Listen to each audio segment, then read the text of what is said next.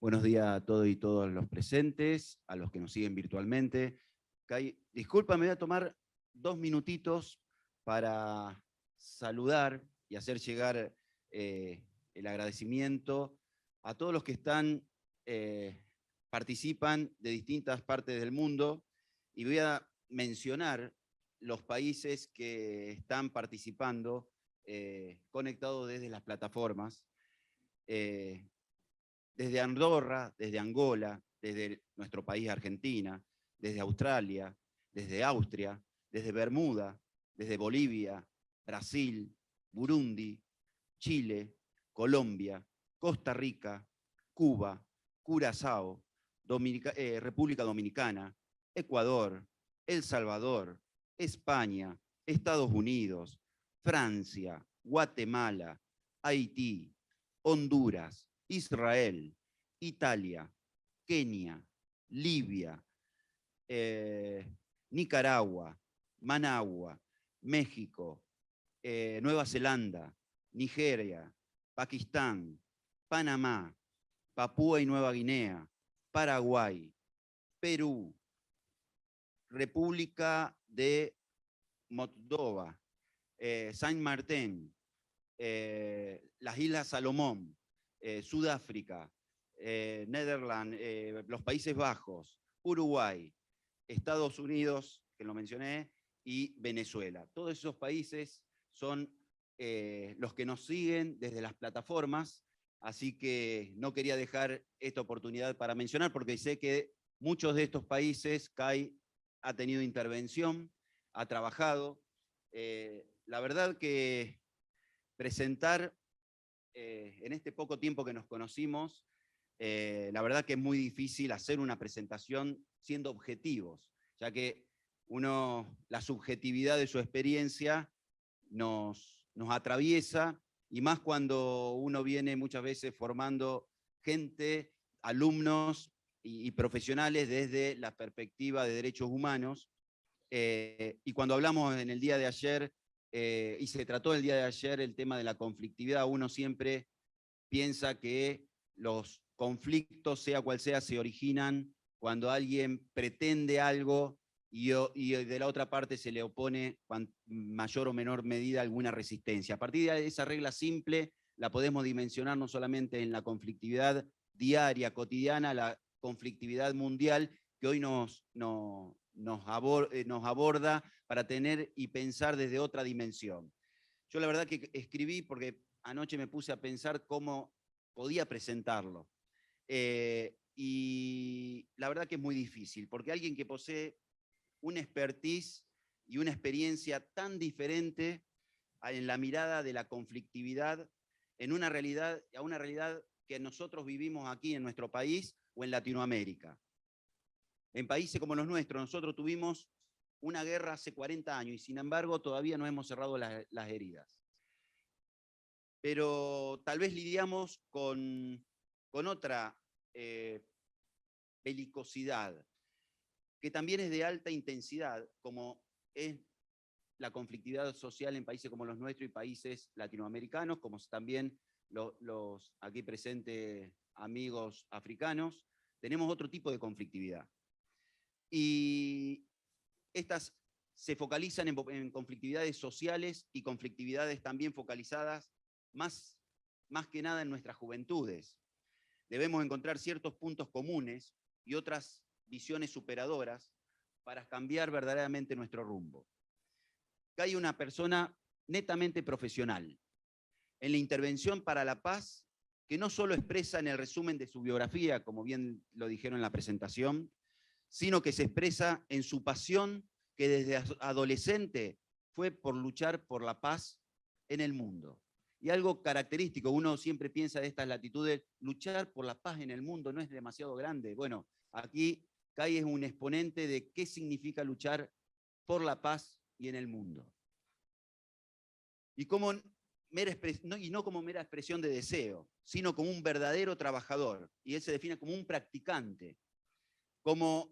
Y eso demuestra sus intervenciones humanitarias en distintos países del mundo, que muchos de ellos lo mencioné anteriormente, y también por los reconocimientos recibidos. Nosotros en la página vamos a colgar su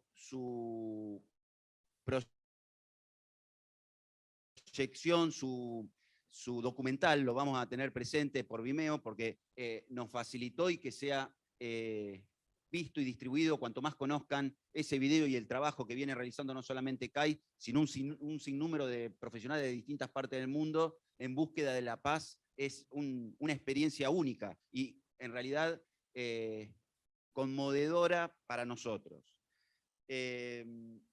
Yo lo que observé es una persona que observa, toma apuntes y aprende.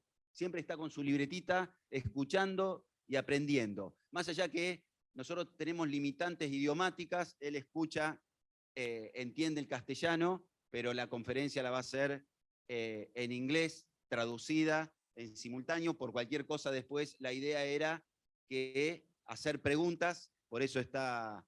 Gracias, Malena Carranza, por estar aquí, que es la intérprete, para que pueda traducir en simultáneo también aquí en el salón. Y también lo quiero definir con esto que, por las charlas que tuvimos, nosotros tuvimos charlas con el cuerpo consular, con legisladores, con miembros de la Defensoría del Pueblo, con docentes, con alumnos, con funcionarios. Digo, y yo pensando quién era acá, y digo, no es un soldado ni un mercenario que va a matar, es un civil voluntario que va a salvar vida. Y esto es para mí muy significativo, porque uno siempre tiene la capacidad de aprender de la experiencia del otro. Como dije recién, tuvimos la posibilidad de compartir muchísimas reuniones y uno lo va conociendo.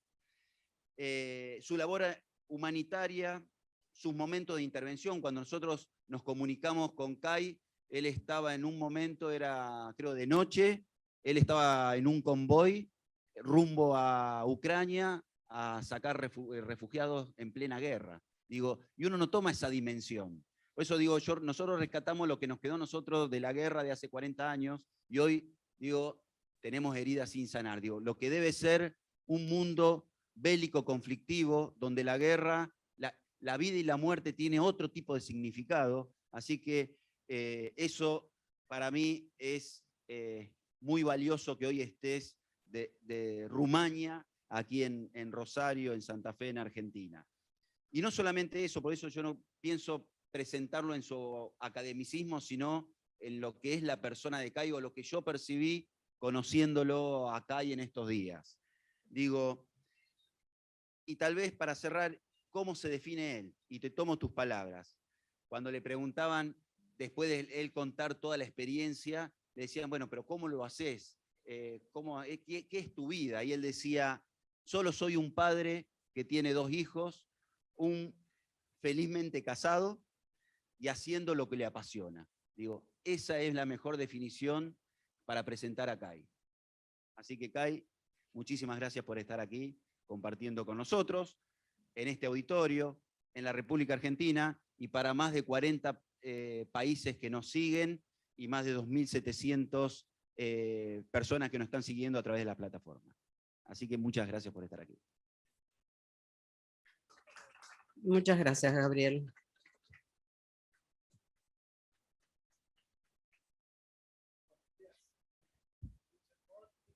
Buenos días, lo está diciendo en distintos idiomas. Buenos días a todos. Esto va a ser una experiencia sumamente interesante porque yo estoy hablando acá en inglés, pero sueno mucho mejor saliendo por los parlantes de la sala porque hay una mujer argentina que me interpreta. Y espero que esto va a estar bien para todos ustedes para que nos entendamos. Quisiera empezar diciendo muchas gracias. Gracias a las personas que hace 30 años trabajaron para generar esta institución pionera, la Defensoría, aquí en Rosario. Gracias también a todos aquellos que están en esta audiencia junto con nosotros en esta sala, aquellos que están en línea y que están comprometidos en distintas maneras con el trabajo para impedir la violencia, prevenir violencia, resolver conflictos y trabajar sobre el impacto de los conflictos y las violencias en nuestras comunidades, nuestra gente y nuestro mundo. Me parece que tengo el privilegio de estar hoy aquí con ustedes, sobre todo en este momento cuando muchos de nosotros miramos alrededor nuestro y vemos lo que sucede en el mundo y vemos muchos conflictos. Hablamos de la guerra en Ucrania o la guerra continua y permanente en Afganistán, Siria, Mali, el Congo, Etiopía, Libia, Yemen, muchos lugares en el mundo que no son solo nombres de países, sino lugares donde vive gente, donde las vidas de las personas se ven afectadas por las guerras, por la violencia que los impacta a un nivel muy personal y también a nivel social, mucho más amplio. También aquí en Argentina, este país tan hermoso, donde hay una historia tan rica la cultura y las personas, y sin embargo, desde el momento que aterricé y me encontré con la maravillosa hospitalidad y con tantas personas diferentes, pero también escuché y le pregunté a las personas cómo se sienten con respecto a lo que sucede ahora en el país. Y hace pocos días, en uno de mis primeros días aquí en Rosario, preguntándole a alguien, ¿cómo ven a la Argentina hoy en día? Y lo primero que me dijo, sin dudar, sin necesitar pensar o reflexionar, fue sin esperanza. Creo que hay mucho más que esto, pero refleja un sentimiento, una experiencia que muchos de nosotros vivimos en todo el mundo. Vemos muchos desafíos, muchas crisis, y lo que espero mostrarles hoy, y lo que creo que todo el mundo en esta audiencia y todos aquellos en línea saben que también tenemos la increíble capacidad de abordar el problema. Hay personas que trabajan en distintos niveles, desde aquí en Rosario, en Ucrania y en distintas comunidades en todo el mundo que se ven afectadas por los conflictos actuales, tratando de encontrar soluciones. Lo que quisiera hacer es invitarlos y participar todos nosotros en este trabajo. Voy a hablarles, y voy a hablar mucho, porque quiero cubrir material que lleva horas, días enteros en solo una hora. Por eso les digo muchas gracias por anticipado a las intérpretes por el trabajo que van a tener que hacer. También quiero invitar a todos los que están aquí, si ustedes tienen cualquier cosa donde escribir, sea un cuaderno o una tablet, donde pueden escribir. Y también quiero invitarlos a que se pregunten, que hablen desde su experiencia, su imaginación, que piensen cómo podemos abordar algunos de los desafíos que vamos a tratar hoy. Una pregunta sencilla antes de que empecemos. ¿Hay alguien en este auditorio o en línea que nunca tuvo un conflicto? No sean tímidos. Lo he preguntado a miles de personas en más de 100 países en todo el mundo. Nunca encontré a una persona que nunca haya experimentado un conflicto. Si ustedes pueden decir honestamente y correctamente que no lo han sufrido, los quiero en CNN esta noche. Pero eso es lo que vemos todos los que trabajamos en mediación, arbitraje. Esto, lo que me decían ayer, el conflicto es algo normal. No importa qué edad tenemos, dónde nacimos, nuestra política, qué género tenemos. Todos nosotros tenemos conflictos. No significa que siempre los manejamos bien. A veces lo logramos, A veces lo hacemos muy mal.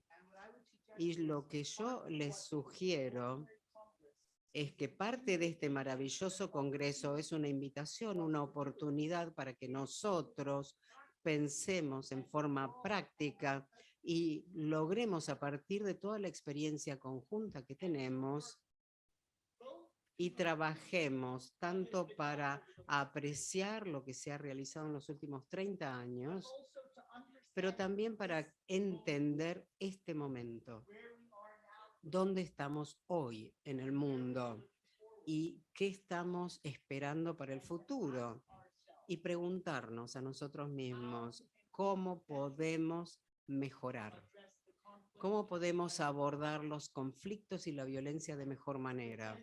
Porque ayer, cuando hubo una presentación por video a la mañana y la persona mencionó este modelo de 1990, hablando de adjudicación, arbitraje, negociación, mediación y reconciliación, yo sé que cuando presentó esto pertenece a CEFA, que lo presentó en 1995, pero lo podemos mostrar de una manera más nueva, más atractiva. Este es el mismo modelo.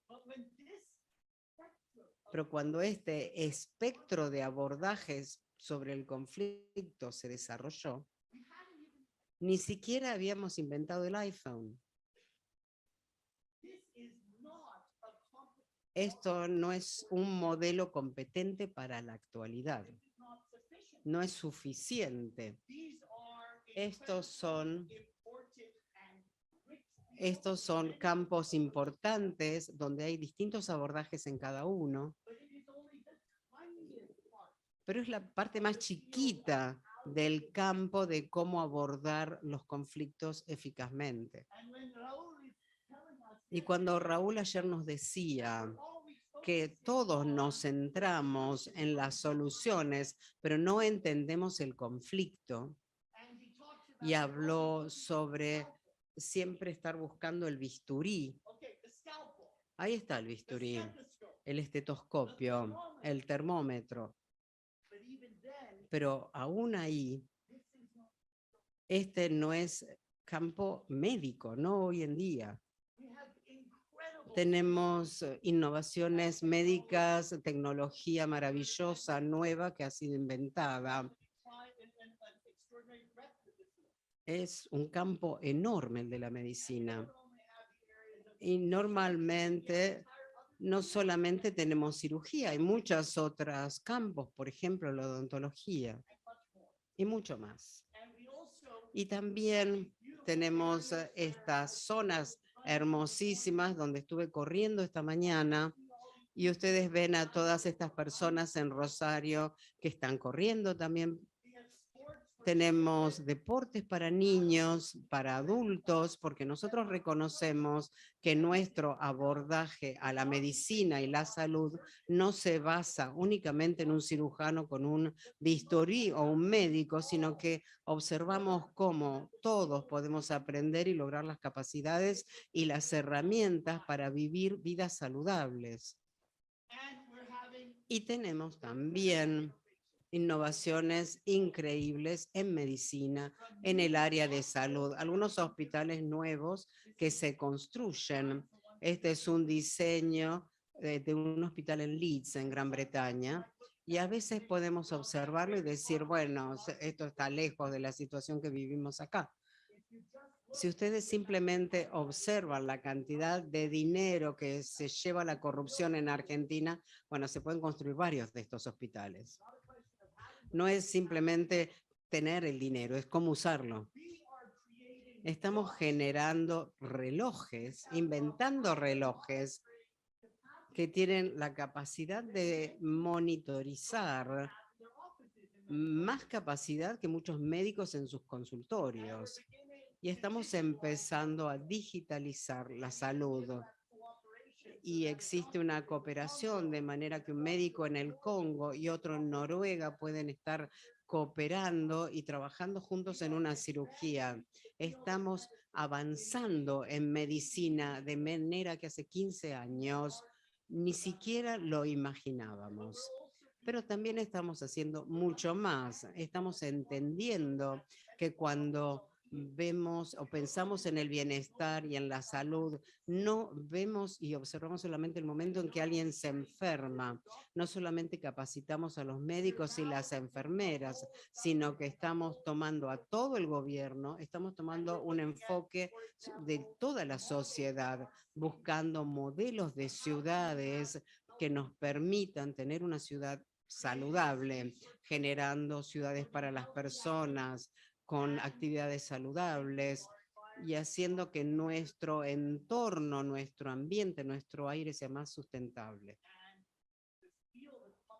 El campo de la salud pública y la planificación de las ciudades. Acá hay distintos elementos que están involucrados en esa planificación.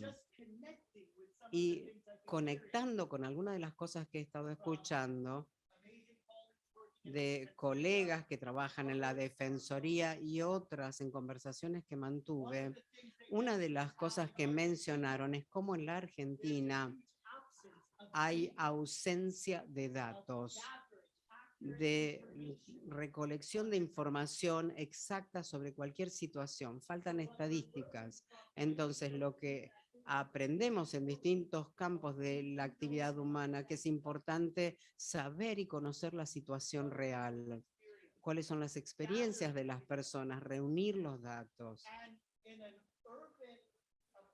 Y en un abordaje ciudadano a la salud, hay un compromiso multisectorial. Durante muchos años, un abordaje que se basaba en la salud se centró en los médicos y no los cuestionábamos a los médicos. Los médicos eran exclusivamente hombres en muchos países durante muchos años y eran considerados los expertos. Había pocos derechos del paciente y lo que muchos de nosotros no entendimos es que poco sabían los médicos y con qué frecuencia la medicina y la práctica médica en realidad empeoraba la situación. Recién en los años 90 empezamos a presentar medicina basada en la evidencia y esto llevó a un cambio importante. Pero en el abordaje actual al bienestar humano, no solo nos centramos en los médicos.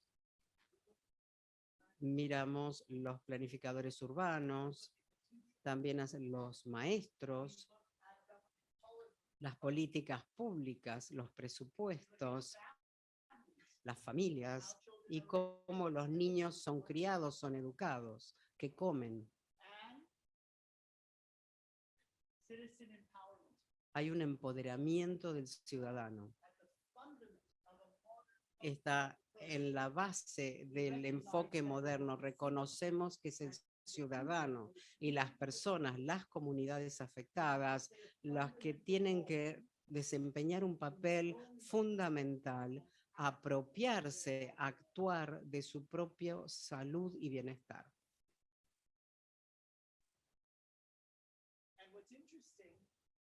Es interesante, además, que podemos pensar por qué es difícil que esto funcione. ¿Qué obstáculos hay? ¿Cuál es el desafío que impide implementar estos modelos? Hay muchas cosas. Puede ser la influencia de los desarrolladores inmobiliarios porque ganan mucho dinero haciendo las cosas como las hacen ahora y no quieren cambiar.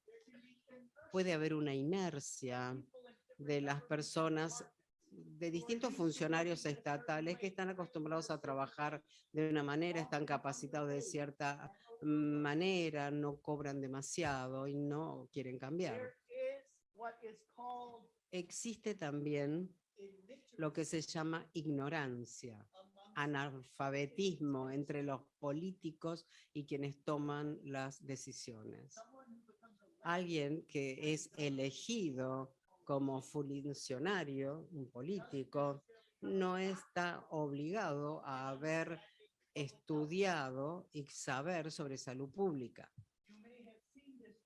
Esto lo pueden haber visto recientemente cuando presidentes en algunos países sugirieron beber cloro, que es algo que nos puede matar, para enfrentar el COVID. Este es solo un ejemplo de la brecha de inteligencia y conocimiento. Puede haber incoherencia. Los proyectos se inician, se hacen, pero no se vinculan entre sí. Y hay también interferencia. Políticos que tienen distintos intereses. Esto es simplemente una partecita. Ahora, ¿por qué? ¿Por qué en una conferencia global, en un evento como este, estamos hablando de la consolidación de la paz, pero hace 10 minutos que estoy hablando de la salud? Porque hay mucho que podemos aprender de otros campos y de cómo han abordado los cambios.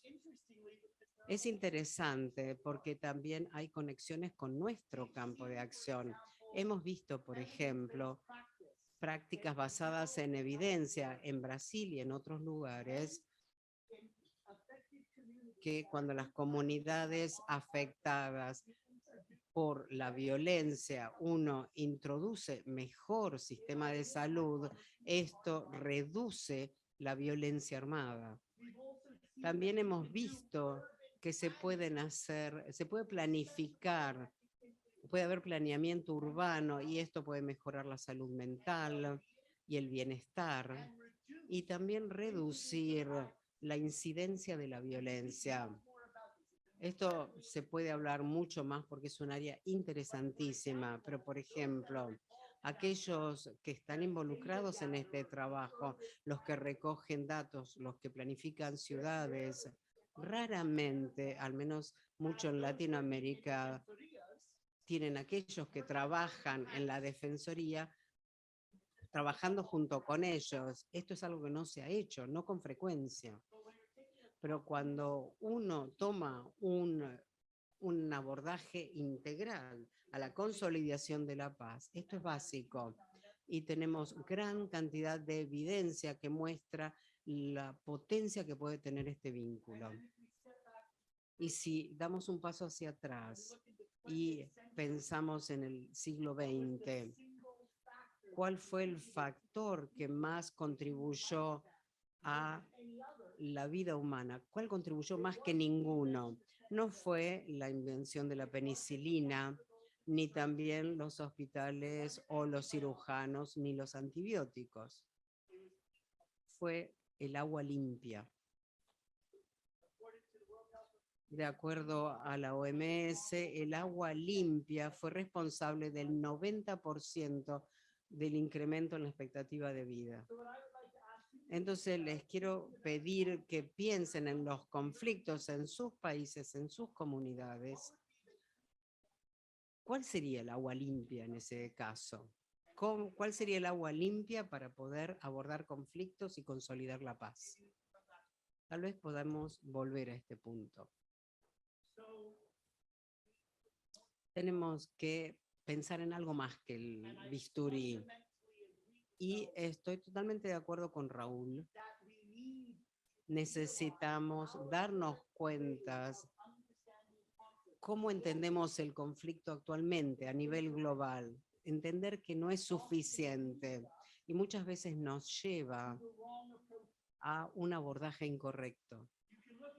Podemos ver las guerras de Estados Unidos en Irak y en Afganistán. La CIA, el Pentágono, después de 10 años de guerra, cuando evaluaron el impacto que las invasiones de Irak y Afganistán tenían, ¿saben de qué se dieron cuenta? Lo mismo que cualquier otra persona en el mundo nos podría haber dicho. La guerra empeoró todo. Habían aumentado el terrorismo en todo el mundo, habían generado las condiciones que eran el combustible del terrorismo y habían destruido países completos, que llevaba a la muerte de muchísimas personas, a muchísimos desplazados. O sea, las soluciones que teníamos o que a veces llevamos para resolver los problemas que enfrentamos, en realidad empeoran los problemas. Por eso es que tenemos que pensar cómo entender la paz y el conflicto. También tenemos que pensar cómo abordar la consolidación de la paz, el manejo de los conflictos y la prevención de la violencia. ¿En qué capacidades, herramientas, habilidades y abordajes tenemos para hacerlo? Por eso es que quiero invitarlos a ver cómo podemos innovar y lograr una mejor consolidación de la paz.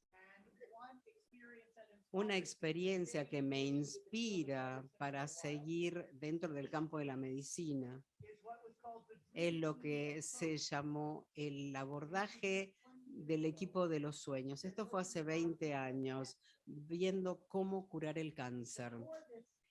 Antes de esto, cada uno de las áreas que trabajaba en cáncer trabajaba por separado.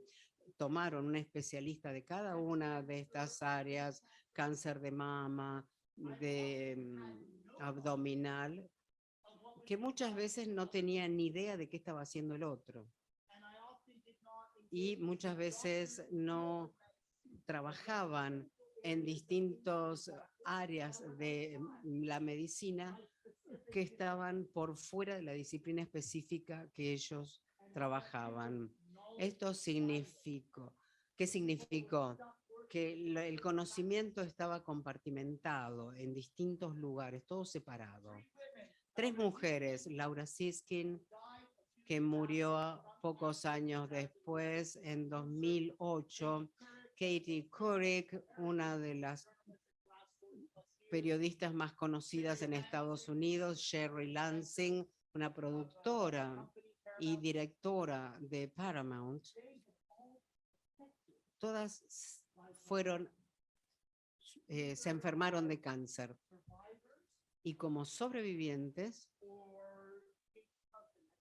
bueno, el marido de Katie falleció de cáncer. Eran ciudadanas, personas que se vieron afectadas por la enfermedad, pero vieron que las prácticas actuales no funcionaban. Lograron algo que no todo el mundo tiene la oportunidad o el acceso para hacer. Lograron recaudar millones de dólares para generar este equipo de los sueños y generaron equipos de especialistas médicos, personas que trabajaban en distintas disciplinas y que empezaron a trabajar juntos. Y redujeron en un 90% el tiempo que se demoraba para lograr una innovación, una solución nueva en la práctica médica. Me inspiró muchísimo ayer por la mañana por Raúl, por lo que decía durante su introducción y por la vicegobernadora. Y en un punto habló de la ciudad de La Paz. Entonces les quiero pedir que piensen qué significa Ciudad de la Paz en Rosario. ¿Cómo sería desarrollar, elaborar un programa para que Rosario se convierta en una ciudad de paz? ¿Qué hace falta para lograrlo? Por ejemplo, ¿qué sería tener educación sobre la paz en cada escuela? ¿Puedo preguntarles cuántos de ustedes aprenden matemáticas y estudiaron matemáticas en la primaria? ¿Tuvieron clases de matemáticas? ¿Cuántos de ustedes aprendieron en la escuela de sus padres cosas básicas sobre salud, como lavarse las manos antes y después de una comida, de usar el baño, lavarse los dientes a la mañana, a la noche? Es decir, aprendemos educación de higiene básica. Esto no significa que todos nosotros vamos a convertirnos en un Albert Einstein, en un experto en matemáticas.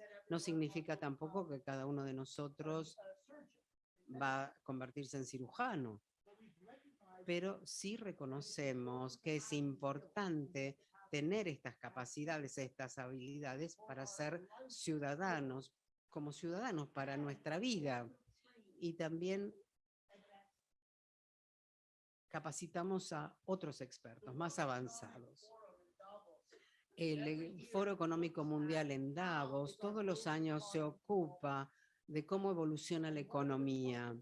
Y una de las competencias que vamos a necesitar en el futuro, ¿cuáles son? Identificaron las competencias principales que van a ser necesarias en los próximos siglos. Y estas son las cosas que dicen que tenemos que aprender hoy en día. ¿Alguna vez vieron la lista esa? Se puede ir a Google. ¿Saben qué incluye? Creatividad, resolución de problemas, resiliencia, colaboración, trabajo en equipo, iniciativas y otras competencias que pueden ser aprendidas y entrenadas, que están en el centro de la educación por la paz. Es interesante ver que no existen en las escuelas hoy en día. También puede introducir programas como mediación entre pares en las escuelas para que los niños no solamente aprendan sobre la educación para la paz, sino que se empoderen y practiquen las habilidades para resolver conflictos, empatía, una comunicación saludable. Porque una de las cosas que es muy importante es que uno no desarrolla habilidades ni aprende simplemente mirando un PowerPoint. El fútbol es muy popular en este país, ¿no es cierto? Bien. Y Messi, por supuesto. Messi aprendió a jugar fútbol mirando un PowerPoint. No.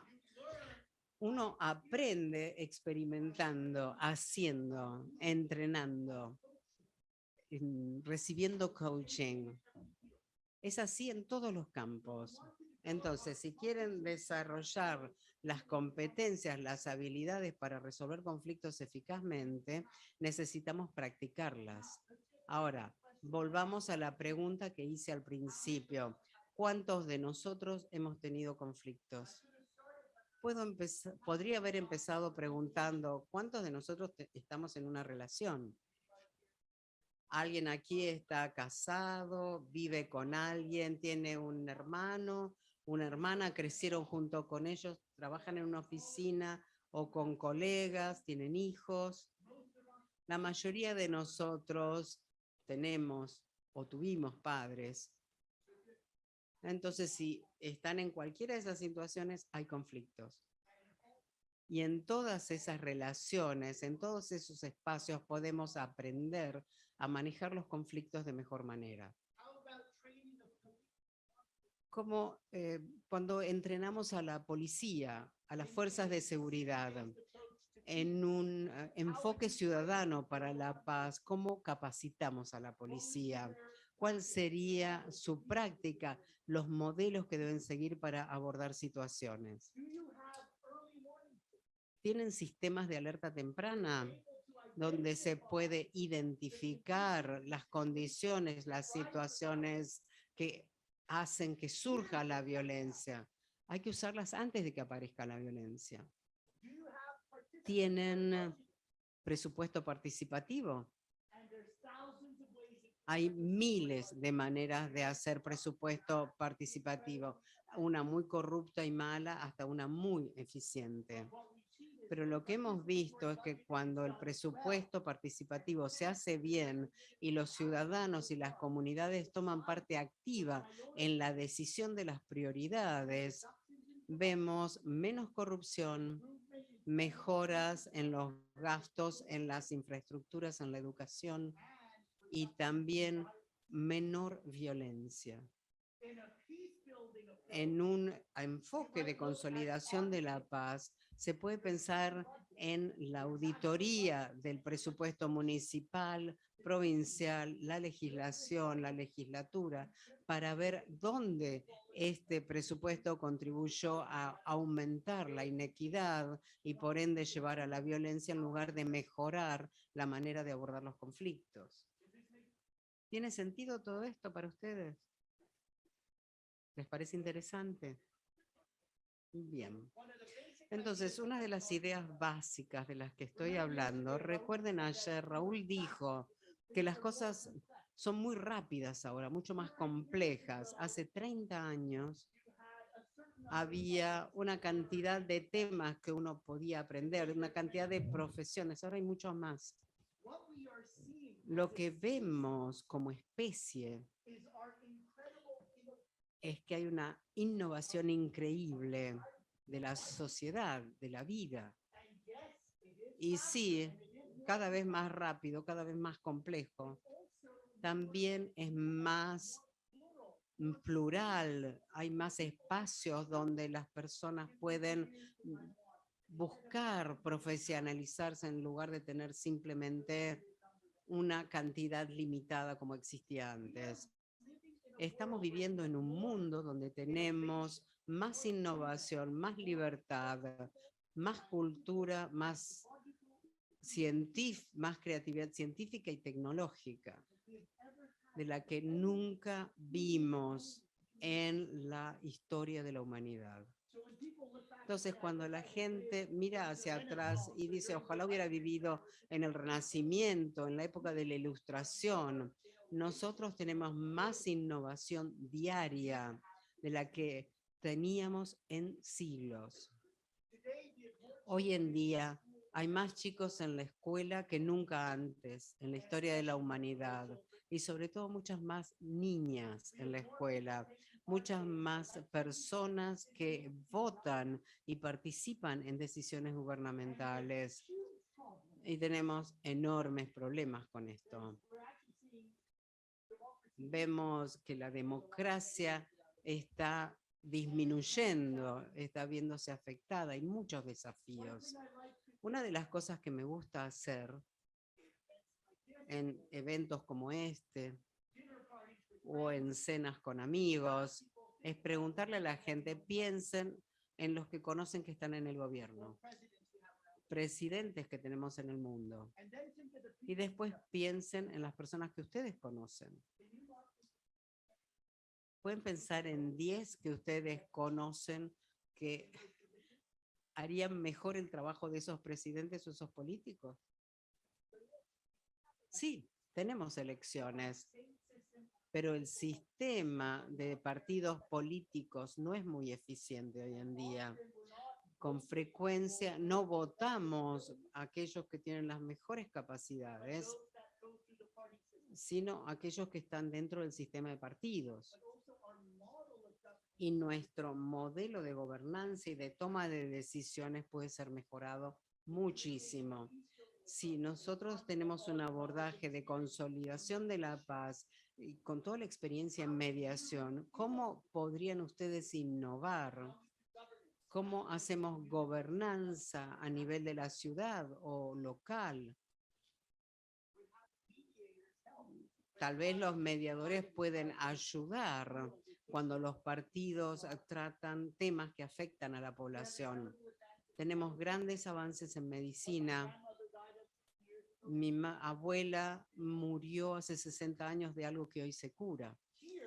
Aquí han innovado con una tecnología donde ponen 2 elementos en la tierra y con una planta y generan la electricidad para iluminar una bombilla. Ni idea de cómo funciona, pero me parece increíble, porque en zonas donde no hay generadores de electricidad, la gente puede tener luz de esta manera. Y si bien esto no parece mucho para ustedes, si ustedes están en un contexto donde no hay electricidad, la diferencia es mayúscula. Ahora podemos entender el ADN. Y esto está llevando a innovaciones maravillosas. Esto, una de las innovaciones más increíbles en física. ¿Saben qué es? El colisionador de partículas, el más grande que existe. Es sorprendente porque se gastaron miles de millones de euros en construirlo. Miles de científicos e ingenieros trabajando en esto. Y ni siquiera se sabía si iba a funcionar. Es así. Cuando desarrollaron esto, uno de los proyectos más grandes en la historia de la humanidad, ni siquiera sabían si podía funcionar. Por suerte sí, funcionó. Al menos en las últimas semanas ha hecho descubrimientos maravillosos. Pero esto me dice que tenemos una capacidad enorme como seres humanos de innovar, crear, imaginar. Y lo hacemos todos los días. Estos son ómnibus nuevos que van a entrar en funcionamiento en China. Pueden tomar cientos de personas y van por arriba del tránsito para ayudar a descongestionar el tránsito. Este es un auto nuevo de BMW. No tiene ruedas.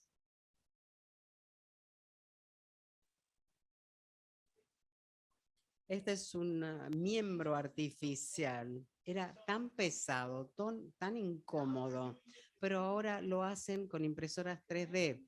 Lo conectan al sistema nervioso de las personas y esta nena que nació sin una mano se pone esto y unos minutos después tira la pelota para iniciar un partido de béisbol por primera vez en su vida. Una ciudad modelo que ahora existe en Singapur. Tengo un amigo que vive ahí. Produce no solo no emite carbono, sino que absorbe polución del entorno. Es decir, estamos innovando, creando. Y es un momento extraordinario para estar vivos. Pero no es solo lo único que hacemos. También quiero dedicarle unos momentos a los desafíos que enfrentamos. Esta fue la bomba más importante que se tiró en la historia de la humanidad. Hace unos años la tiraron los Estados Unidos en Afganistán. En los 70, en los 80 y en los 90, cuando se hacían pruebas nucleares, la gente estaba manifestándose en contra en todo el mundo. Cuando pasó esto, la gente ni se enteró. Tenemos polución organizada, destrucción sistemática del ambiente,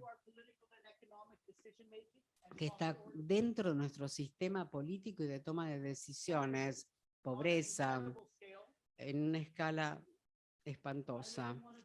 Vivo en una de las ciudades más ricas en Rumania, pero esto fue tomado fuera de esa misma ciudad y en todo el mundo. Aquí hay personas que viven en la calle en Atlanta, en Georgia, una de las ciudades más ricas del mundo. Son casi todos veteranos de guerra. Muchos de ellos pelearon en Irak y en Afganistán. Y esto es una de las tantas casas que tiene Donald Trump, que está forrada en oro, literalmente. Tenemos una crisis financiera, un sistema que genera inestabilidad continuamente y tenemos 8 hombres que son más ricos que 4 millones de personas juntas. 4.000 millones, perdón. La evasión impositiva es enorme. Estamos produciendo mucha riqueza, pero el 1% más rico y las empresas están evadiendo los impuestos a nivel global. Por lo tanto, una reunión en el Foro Económico Mundial donde este señor, un autor muy conocido, que dijo, ¿cómo es que nos reunimos para hablar de estos problemas y soluciones e ignoramos que no hay agua en las mangueras de los bomberos? Uno puede hablar mucho en eventos, en conferencias, pero a menos que tomemos los recursos, tenemos el dinero para poder invertir en desarrollos urbanos, tenemos el dinero para poder invertir en buenas escuelas y para garantizar que todos los niños tengan acceso a una buena nutrición, buena salud, a todo aquello que necesitan para desarrollarse bien. Tenemos el dinero para lo que querramos, pero no.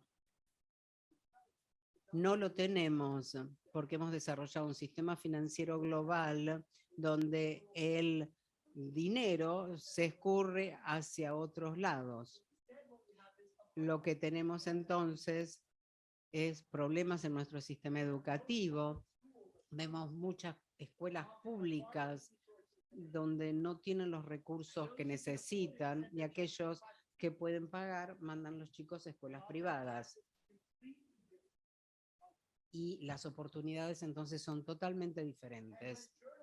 Y cuando los periodistas investigan este sistema financiero, muchas veces son asesinados. Esto sucedió en Europa, en Bulgaria, este es en Eslovaquia, y su novia, su prometida, una de las periodistas más famosas del mundo, en Malta, todos asesinados, en este caso con la participación del primer ministro que estaba siendo investigado. Encendió el auto a la mañana y voló por el aire.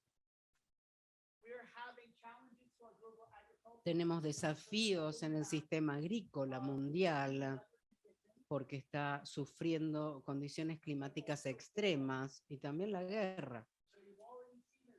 Ya han visto que la guerra en Ucrania y las sanciones impuestas a Rusia, los precios de los alimentos y del combustible están aumentando 20-30% en muchos países. Esto crea las condiciones de inestabilidad, hace que la gente tenga más dificultades para vivir. ¿Se acuerdan antes de la primavera árabe? Había fracasado la cosecha rusa y esto fue un factor importante de la primavera árabe. Grupos armados, paramilitares, en los años 50 habían desaparecido, pero ahora están volviendo. Cada vez más campos de batalla dentro de las ciudades, por guerra, por violencia, por el narcotráfico, por violencia policial, que está aumentando mucho, víctimas, asesinatos dentro de las ciudades. Esta es una ilustración visual de la cantidad de personas, soldados muertos en batalla. La parte amarilla son los civiles muertos en la guerra, con muertes indirectas por conflictos armados, personas que mueren en una situación de guerra, no porque fue baleada, sino porque le falta acceso a los alimentos, a la medicina u otros temas. Esta es la cantidad de personas que mueren todos los días por conflictos como los que se viven en Rosario. Estas son áreas en países que no están en guerra, pero donde se ven cada vez más violencia por narcotráfico, violencia por bandas armadas, por violencia policial. Hace 40 años yo podía caminar por la Ciudad de México a la noche sin problemas. Hoy no se puede. Tenemos que reconocer el impacto que la violencia está teniendo sobre nuestras sociedades. Ahora, además de esto, más mujeres mueren dentro de sus casas, asesinadas por sus esposos o personas que conocen, que en todas las guerras juntas. Y más personas mueren por suicidio que todas las personas que mueren en la guerra y en conflictos armados sumados. Cuando hablamos de conflicto y de consolidación de la paz, de esto estamos hablando, cómo abordamos todos estos factores, porque esto está teniendo un impacto humanitario muy profundo, la guerra y la economía, las desigualdades, las disrupciones. No sé si pueden ver la cara, pero miren la cara de este nene. Nadie debería vivir este espanto, este miedo. Y una de las fotos más famosas de todo el mundo en los últimos 50 años, este era Alan Kurdi, un nene cuyos padres querían llevar a un lugar más seguro para brindarle una mejor vida. Su tía nos pidió que usáramos esta foto, en realidad. ¿La pueden ver?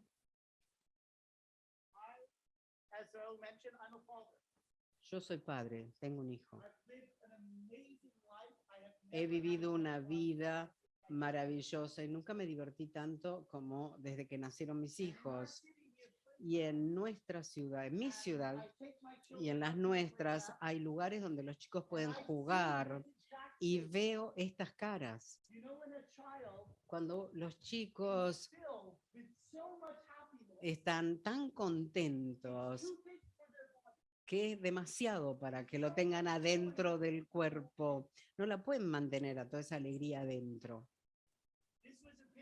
Esta es una foto de Alan Kurdi cuando los padres jugaban con él poco antes de hacer ese viaje, cuando su país, que en 2011 fue reconocido por las Naciones Unidas como uno de los países que más se desarrollaba y más alcanzaba los objetivos del milenio. Pero después apareció la guerra. ¿Ven algo en las dos fotos? Está usando la misma ropa. Porque sus padres, cuando empezaron este viaje, querían que él se sintiera bien y por eso le pusieron su ropa favorita. Digo esto porque si hablamos de violencia aquí en Rosario, la guerra en Siria, en Ucrania, la guerra y la violencia no suceden simplemente, son el resultado de conflictos, de situaciones y de elecciones que hacemos, de cómo gastamos nuestros recursos, de cómo invertimos para resolver los conflictos. También tenemos cada vez más jóvenes que se radicalizan, que se unen a bandas. En los Estados Unidos, los militares van a las escuelas para reclutar chicos. ¿Hay Boy Scouts en Argentina? ¿Sí? Perdón, Scouts, hombres y mujeres. Perdón, me corrige. Los Scouts. Estos son los Scouts en los Estados Unidos. Este es un programa de los Scouts juntos con el Departamento de Seguridad, donde están capacitando a los chicos en operaciones de contraterrorismo. Y hemos cambiado nuestros modelos de policía. Ahora la policía está militarizada. Se les da más poder de mano dura, de vigilancia en muchas partes del mundo. Y lo que vemos es que no estamos reduciendo la cantidad de crímenes o de tráfico de drogas, sino que simplemente todo esto está ampliando la violencia. y convirtiendo a las ciudades en campos de batalla urbanos. Y estamos aumentando la cantidad de dinero que se gasta en la guerra. Por eso hoy gastamos más dinero que en el pico de la Guerra Fría. Y el impacto económico es importantísimo. Puedo hablar mucho sobre este tema. Cuando vemos cómo nos organizamos para el cambio, una de las cosas que tenemos que visibilizar es el impacto de lo que sucede hoy en nuestras sociedades. La tasa de personas que dejan la escuela en Argentina es muy alta. La gente que se va al extranjero porque no se sienten política o económicamente estables o ven que no hay oportunidades. El impacto económico de la violencia armada en ciudades, en distintas zonas de la Argentina. Y esto es en todos los países, esto está sucediendo en todas partes, el aumento de la radicalización. Voy a avanzar porque me parece que no tengo mucho más tiempo, pero vemos ahora que las mujeres están defendiendo sus derechos, esto está organizado, hay esfuerzos que se están realizando en ese aspecto, tenemos comercio global que se ve muy afectado. Tenemos esta brecha de tanta planificación urbana a corto plazo, que no piensa en el largo plazo. Podemos hablar mucho más de muchos otros temas. En el medio de todo esto, la población aumenta, que no es un problema en sí mismo. No es un problema que cada vez seamos más, pero sí importa cómo vivimos en el mundo y cómo vivimos entre nosotros. O sea que les mostré cosas positivas y también les mostré desafíos. Y el impacto que tiene todo esto sobre nosotros, vemos que a partir del COVID, recientemente, la ansiedad, el estrés, la depresión, están aumentando. Este estudio se hizo a nivel global en jóvenes y en niños, pero me parece que es verdad para muchos de nosotros que tenemos más años. Este es el análisis de riesgo global que hace el Foro Económico Mundial. Observan todos los desafíos, todos los problemas y se preguntan empresas, analistas, políticos, expertos, ¿qué creen que nos va a afectar en el futuro? ¿Qué impacto va a tener? Y como dijo ayer Raúl, los desafíos que enfrentamos, que vemos aquí en Rosario o en cualquier parte del mundo y que enfrentamos en el mundo hoy en día, son complejos. Son multidimensionales y son multicausales, son dinámicos. No están quietos, sino que cambian permanentemente. Están interconectados. El aumento del autoritarismo en los gobiernos, la reducción de las libertades, los problemas de la democracia, alimentan la capacidad de invadir Ucrania y también la confrontación mundial y el gasto entre la OTAN y Rusia. La guerra en Ucrania está afectando los precios mundiales del combustible y los alimentos, y esto va a afectar la inestabilidad y ya la está afectando en muchos países del mundo. Entonces los problemas están interconectados y se autorretroalimentan. Se mantienen a sí mismos, se retroalimenta. ¿Tiene sentido todo esto? Entonces, cuando observamos los desafíos que enfrentamos hoy en día, nuestros paradigmas actuales no son suficientes. Esto de trabajar en forma separada, sin conectarnos, no funciona. Tenemos más creatividad, más capacidades que nunca antes en muchas áreas. Y necesitamos empezar a reunirlas para ver cómo podemos abordar los desafíos. Porque estos desafíos, como un gran estudio que hizo una institución de Estocolmo, son riesgos existenciales. Están afectando nuestra capacidad de sobrevivir. Durante muchos años, la guerra disminuía, había cada vez menos guerras en el mundo. Hasta 2014, todos los años hay cada vez más guerras.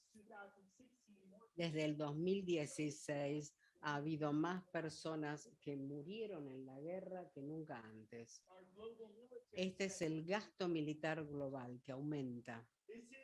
Esto es prácticamente lo que gastamos en la guerra, 2 trillones de dólares, que es el gasto oficial. No cubre lo que hacen los mercenarios, lo que se gasta en fuerzas de seguridad, esto solamente en guerra. Esto es lo que costaría alcanzar los objetivos de desarrollo sustentable más ambiciosos de Naciones Unidas. Erradicar la pobreza, garantizar que todos tengamos educación desde primaria hasta un máster, lograr mejoras importantísimas para reducir la mortalidad infantil, para terminar con la erosión de los suelos. Es interesante ver que lo primero que mostré, el primer número, es realista. Esto es lo que podemos invertir para estar seguros. Esto es lo que nos dijeron que es una ingenuidad idealista. Y esta es la cantidad de dinero que está escondido todos los años en los paraísos fiscales. De 21 a 32 trillones de dólares. ¿Tengo un poquito más de tiempo? Tengo mucho más, pero voy a intentar. Además vamos a compartir todas estas diapositivas. Úsenlas, móstrenlas, bórrenlas, lo que quieran. Todas tienen además la fuente de donde se toman. En el informe sobre el entorno de la paz, hace unas semanas, vimos que entre 2010 y 2020 la cantidad de conflictos armados de Estado prácticamente se duplicaron y la cantidad de gente que murió en la guerra también se duplicó. La cantidad de refugiados y desplazados también se duplicó en los últimos 10 años. Y la cantidad de cabezas nucleares ha aumentado. Las especies que se extinguen están extinguiéndose 10 a 100 veces más rápidos de lo que lo harían sin influencia humana. Y cerca del 25% de las especies en la Tierra están en riesgo de extinción. Esto es impresionante. El animal más mortal que tiene el planeta Tierra somos nosotros. El animal más mortal para las mujeres es un hombre. El animal más mortal para un hombre es otro hombre. La masa combinada de mamíferos salvajes se ha achicado en más o menos un sexto en los últimos 45 años. Y es muy preocupante ver que los insectos, los polinadores, también están disminuyendo a nivel global. Intenten tener una cosecha sin polinadores. Les puedo preguntar que nuestros gobiernos hoy en día están poniendo en la mesa la mejor capacidad para resolver estos problemas? ¿Tienen esa confianza cuando pensamos en nuestros gobiernos, en nuestros estados? Les voy a mostrar la parte que más asusta, ¿de acuerdo? Los va a asustar más que cualquier otra cosa que hayamos visto hasta ahora.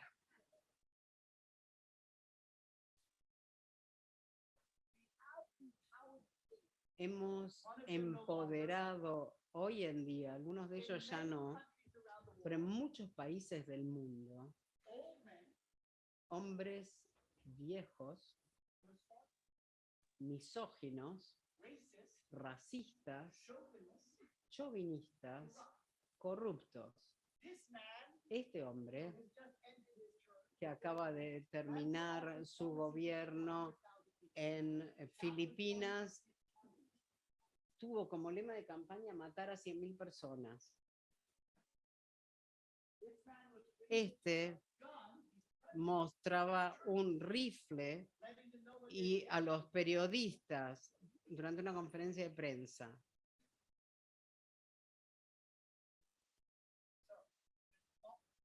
Hay mucho más que podemos hablar, pero brevemente, este libro de Rebeca de Costa, cuando uno se pregunta cómo las grandes civilizaciones en la historia de la humanidad, los mayas, los aztecas, los chinos, el imperio romano, el imperio británico, el francés, el imperio soviético, el imperio americano, ¿cómo fue que colapsaron o están en proceso de colapsar? Y esto se ve como...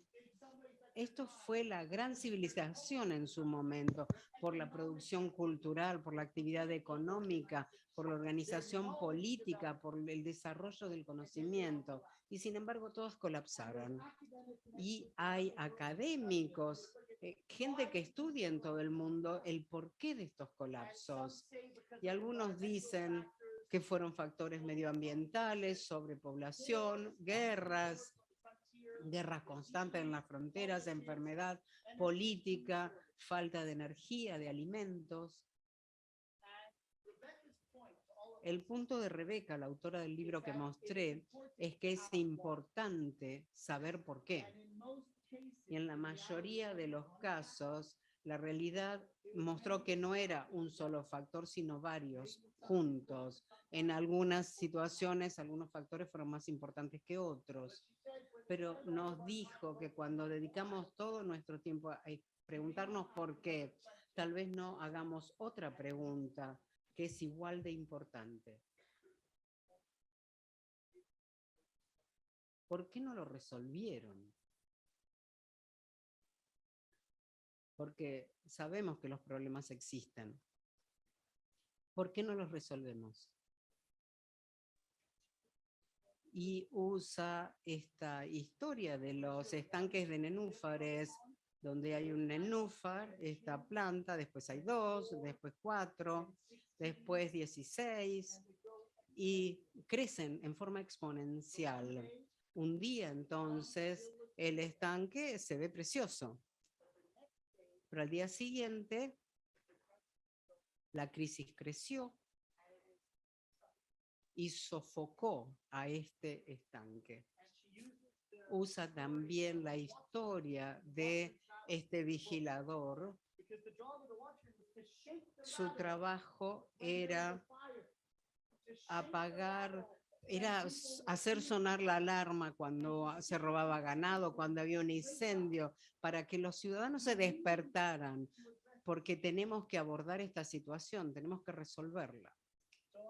Entonces, bueno, pido disculpas, he hablado mucho, pero parte de lo básico es que hoy, cuando tenemos que abordar en forma eficaz muchos de los conflictos y situaciones que enfrentamos, muchas veces nos falta el conocimiento y el entendimiento correcto, las doctrinas apropiadas o las narrativas y los modelos mentales correctos para hacerlo, las organizaciones, movimientos, instituciones y capacidades que necesitamos para manejar estos temas correctamente, las alianzas y asociaciones estratégicas y la colaboración. Esencialmente nos falta la capacidad de abordar muchos o la mayoría de las crisis y los conflictos de manera eficaz. Esos que hoy tenemos y enfrentamos.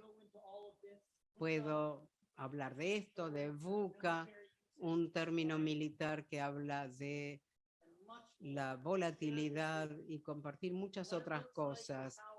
Pero esto muestra cómo nuestros modelos para lidiar con los conflictos a nivel global no es suficiente. ¿Ven alguno de los problemas en mediación? ¿Conocen a esta persona? ¿Por qué muchos de las mediaciones fracasan? No porque el conflicto sea muy difícil, no porque las partes sean complicadas, sino muchas veces por la ignorancia, arrogancia, parcialidad, impotencia, apuro, inflexibilidad y falsas promesas que hace el mediador. Entonces veo cuáles son las tareas para la consolidación de la paz y qué implica consolidar la paz, porque lo que yo sugeriría es que ha habido tanta experiencia que aumenta a nivel global en los últimos 30 años para consolidar la paz, que puede ser muy importante y relevante para lo que enfrenta una ciudad y puede ayudarlos a mejorar, a abordar conflictos y a mejorar la paz en Rosario. Y pregunto de nuevo, ¿qué harían ustedes para conseguir que Rosario sea una ciudad de paz? Y también se encuentra que hay distintas maneras de hacer un mapeo del conflicto, un análisis del conflicto, pero no solamente hace falta el análisis y el mapeo del conflicto, hay que hablar también del mapeo y el análisis de la paz y mapear qué es lo que estamos haciendo para consolidar la paz, cómo funciona lo que hacemos.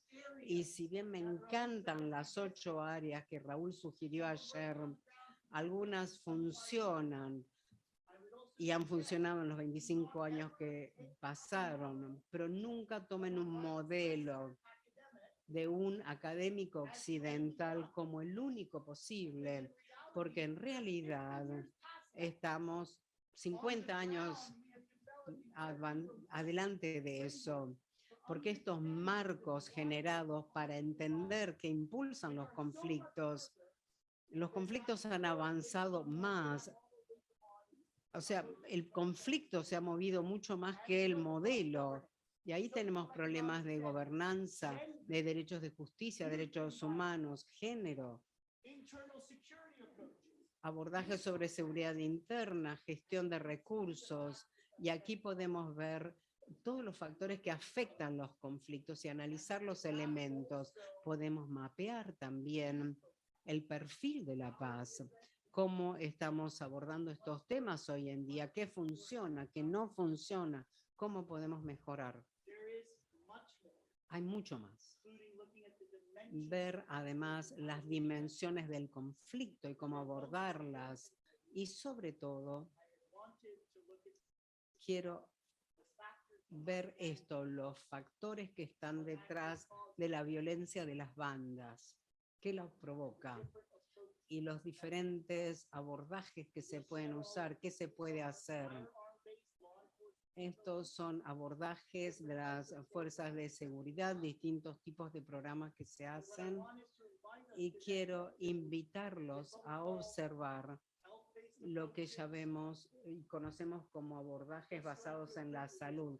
Paso muy rápido porque hay abordajes integrales y lo que quiero decirles es que el trabajo de las instituciones como la Defensoría es muy importante y fue una innovación muy importante y sigue siéndolo. Pero cuando se trata de ver cómo abordamos los conflictos y la violencia, necesitamos instituciones como la Defensoría que es como tener hospitales, pero necesitamos mucho más. Estos simplemente son algunas de las muchas opciones que existen para abordar la violencia, son ejemplos. Y esto va a ser lo último que les muestre. Esto se basa en un proceso que se hace en Noruega todos los años.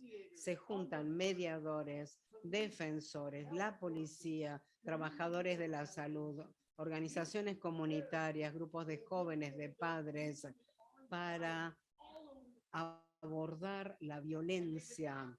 Y se les pregunta, bueno, ¿qué experiencia tienen?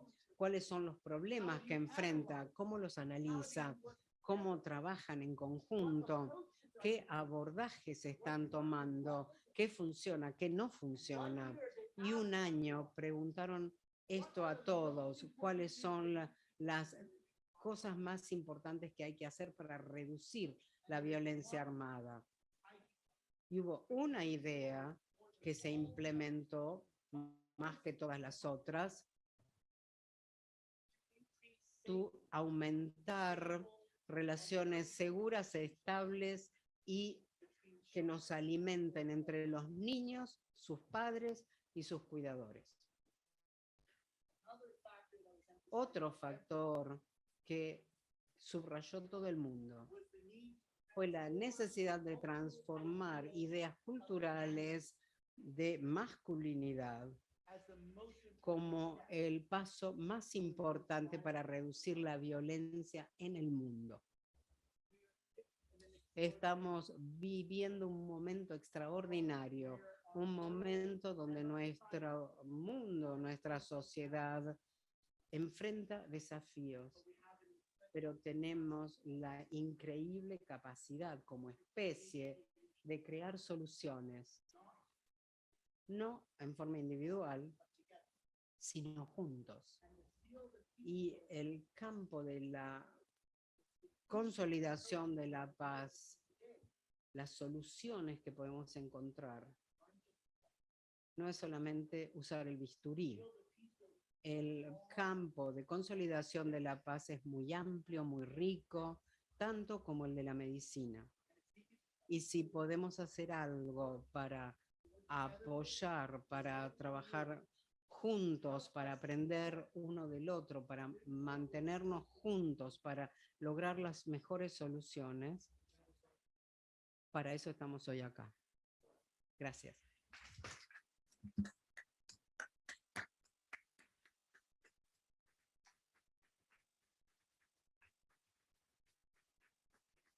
Muchísimas gracias. Uno de los objetivos que se planteó la Defensoría del Pueblo de la provincia de Santa Fe cuando se programó, se ideó este Congreso Internacional de Mediación, era contribuir a la cultura de la paz. Espero que esto lo podamos estar haciendo entre todos. Queremos agradecer a la Bolsa de Comercio de la ciudad de Rosario, que nos ha dado este auditorio maravilloso, a BCR News, que gracias a ellos estamos conectados con 5 continentes, con más de 40 países, que se está transmitiendo y se está también traduciendo simultáneamente para que haya más de 2.500 inscriptos. Realmente es un éxito que obviamente tiene la temática. El mundo está preocupado justamente por los conflictos y cómo conseguir la paz. Vamos a hacer un break, pero después quiero decirle que va a haber un conversatorio que va a estar conducido desde Perú, moderado por Alberto Castro. Así que unos minutos, tomamos un café y volvemos. Perdón, sí. ¿Puedo hacer una pregunta? Porque yo sé que abrí la pregunta, pero me gustaría, si quieren break, el que quiera vaya al break, y si no, pero yo me quiero... Esto está fuera de protocolo. Exacto. Me quiero quedar con algo que no lo dije al principio cuando lo presenté a Kai, pero a mí lo que me quedó es esta palabra de, le quiero preguntar, yo y asumo, porque yo conozco cosas de Kai que tal vez él no se anime a contarles, y a lo mejor a ustedes le queden la pregunta de su tarea en la guerra, su tarea humanitaria. Él pasó de estar herido de bala que no sé si lo quiere contar, pero se lo voy a preguntar a propósito, de estar herido de bala, de pasar, nos contó de los momentos más felices de su vida haciendo este trabajo, pero después a tener en sus brazos la muerte. Entonces yo quiero preguntarle cómo convive día a día con eso, con la templanza que necesita una persona en los momentos de situaciones tan críticas para seguir viviendo, para seguir trabajando, para seguir pensando en el mundo mejor. Eso es, creo yo que es una pregunta que la quiero hacer yo, pero surgió en muchas reuniones que tuvimos y él en un momento lo contó. Y entonces quiero transmitirle esta pregunta.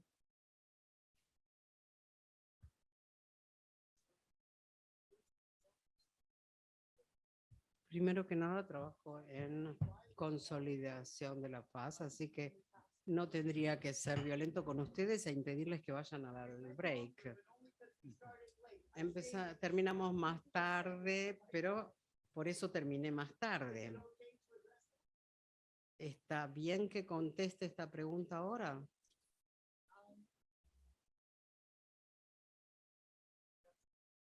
Así es la vida. La vida es eso.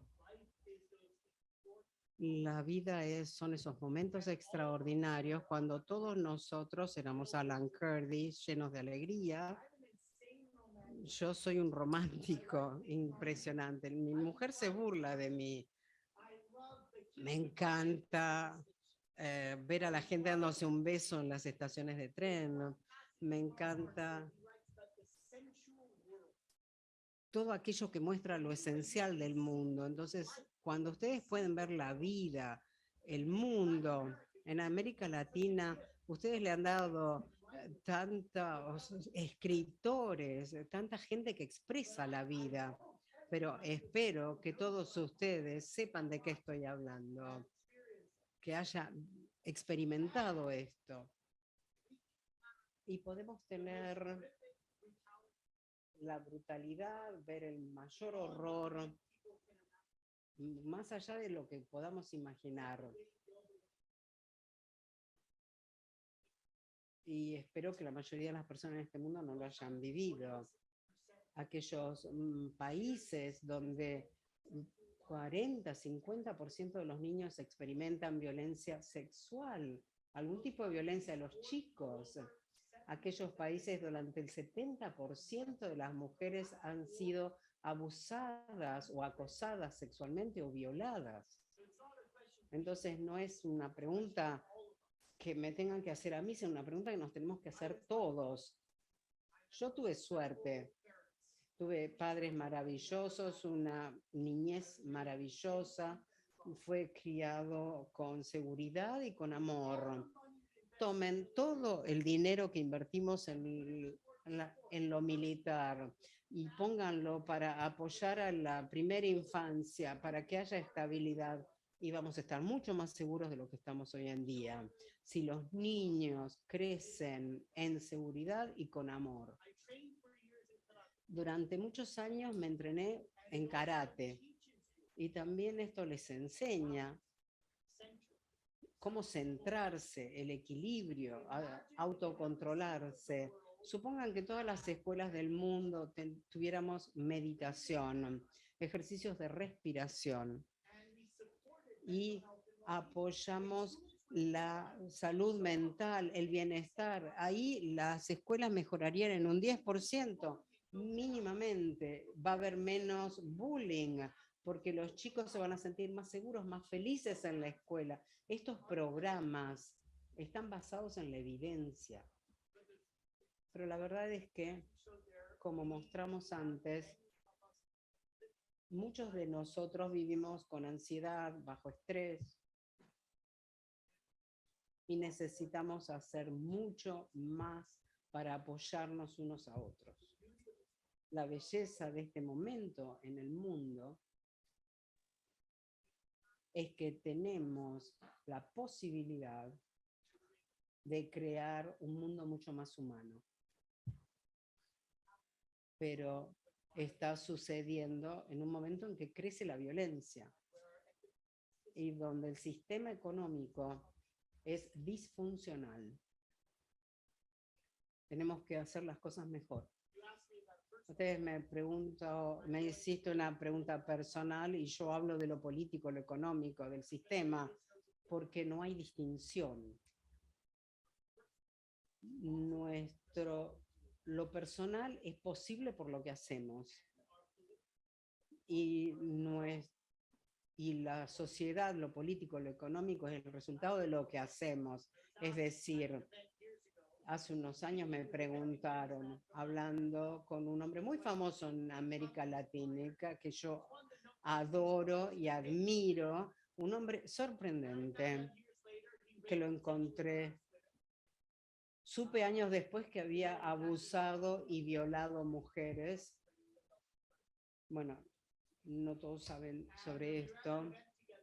Tuvimos un evento juntos, justo después de la invasión de Afganistán y del 11 de septiembre, y la gente me preguntó si yo era optimista o pesimista. Y me pareció un concepto tonto. No soy ni optimista ni pesimista, porque elijo por anticipado lo que voy a definir. Es decir, yo diría que tengo esperanza, pero tengo esperanza no de algo teórico, no de algo vago, abstracto. Tengo esperanza por las elecciones que yo hago, por las acciones que yo hago. Y como estoy aquí del Instituto por la Paz en Rumania, nosotros tomamos uno de los grandes políticos, una gran frase: caminante no hay camino, se hace camino al andar. Lo está diciendo en español. Depende de nosotros crear el camino que vamos a andar. Gracias.